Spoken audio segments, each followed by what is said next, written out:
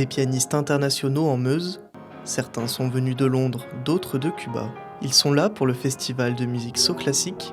C'était ce week-end la première édition.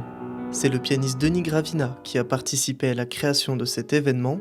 Originaire d'Aulnoy-en-Perthois, il a souhaité faire découvrir la musique classique aux habitants de sa terre natale. En fait, j'ai beaucoup joué à Londres, en France, mais là, plus en Angleterre. Mais pour moi, c'est une énorme expérience de venir ici en Meuse. C'est pas tous les jours qu'on voit des pianistes de renommée internationale de venir jouer dans un petit village en Meuse. J'ai rarement vu cela depuis que je suis né, en fait. Et c'est pour ça que je voulais lancer l'idée et ramener quelque chose de nouveau dans notre région, parce que quand je voyais les villages, il n'y avait pas beaucoup d'activités. Et je sais que je suis pas en Meuse en ce moment. Mais la France me manque et c'est important pour moi de faire ça. 4 artistes internationaux, dont 2 Cubains et un Anglais, ont pu animer la salle des fêtes de Savonnières-en-Perthois. Une soirée assez rare pour ces artistes qui ont plutôt l'habitude de jouer devant des milliers de personnes. Je pense que de nombreux musiciens cherchent la manière la plus intime pour venir jouer. Bien sûr, c'est beau de jouer dans des grandes salles de concert, mais jouer dans des petites salles où tu connais bien les gens, c'est très important pour moi.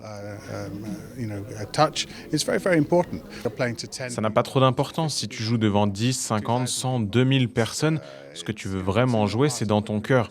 Pour moi, ce n'est pas si différent. C'est ma propre intégrité de jouer, peu importe où je peux et du mieux que je peux.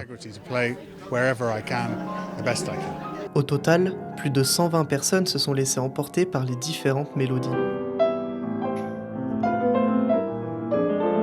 Pour donner vie à ce festival, la communauté de communes des Portes de Meuse et les associations locales de Savonnières-en-Perthois et Jauvilliers se sont mobilisées. Pour le maire de Savonnières, ce festival s'imposait. Et l'idée est vite apparue comme une nécessité d'essayer de faire connaître et en tout cas de donner envie aux gens de venir voir du classique en ruralité. Alors on a un plateau exceptionnel avec des musiciens qui jouent dans le monde entier, internationaux, qui sont connus.